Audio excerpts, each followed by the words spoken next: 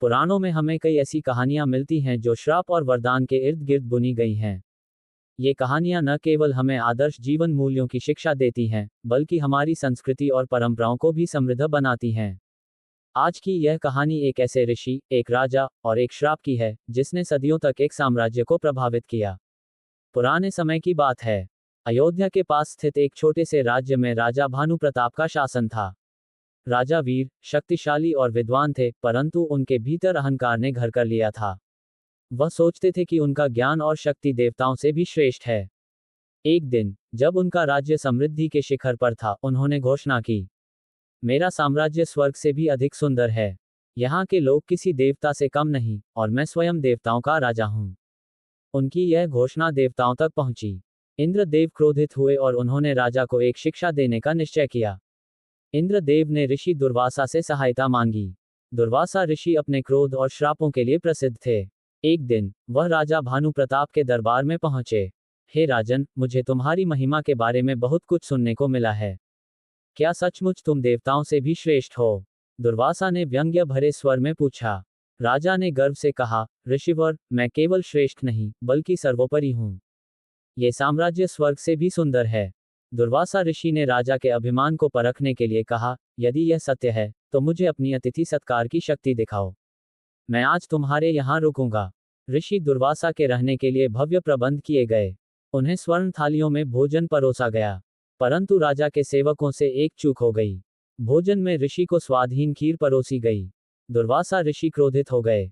राजन, तुम्हारा अहंकार तुम्हारे राज्य को विनाश की ओर ले जा रहा है। मैं तुम्हें श्राप देता हूं कि तुम्हारा ये सुंदर साम्राज्य अगले 7 पीढ़ियों तक बंजर भूमि में बदल जाएगा। लोग इसे छोड़कर चले जाएंगे, और तुम्हारे वंशजों को कड़ी मेहनत के बाद ही इसे पुनः स्थापित करना होगा। राजा स्तब्ध रह गए। उन्होंने दुर्वासा ऋषि से क्षमा मांगी। परंतु ऋषि ने कहा, मेरा श्राप टल नहीं सकता, परंतु मैं तुम्हें एक वरदान देता हूं। जब तुम्हारी 7वीं पीढ़ी का राजा सच्चे हृदय से तप करेगा, तो ये साम्राज्य फिर से समृद्ध होगा। ऋषि के श्राप के कारण राजा भानु प्रताप का साम्राज्य धीरे धीरे बंजर होने लगा। नदियां सूख गईं, खेतों में फसलें उगनी बंद हो गईं। प्रजा राज्य छोड़कर अन्यत्र जाने लगी। राजा ने अपने शेष जीवन तपस्या में बिताया, परंतु श्राप के प्रभाव को कम न कर सके। 7 पीढ़ियों तक इस राज्य ने विनाश देखा।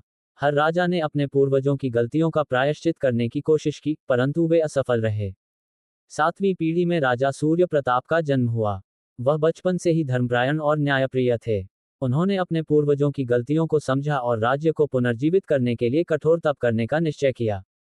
वह जंगल में गए और वहां उन्होंने भगवान शिव की कठोर तपस्या शुरू की। कई वर्षों की तपस्या के बाद भगवान शिव प्रकट हुए।